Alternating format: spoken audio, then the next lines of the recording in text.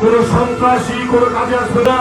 ছাত্রলীগের উপরে কোন সন্ত্রাস নাই, কোন শক্তি নাই। নৌকার বিরুদ্ধে কাজ করেছেন, শুধু বিরুদ্ধে কাজ করেন নাই, নৌকার পক্ষে যারা কাজ করেছেন বাধা সৃষ্টি করলে তাকে প্রতিহত করবো, তাকে তার অনেকটা জবাব দিতে হবে।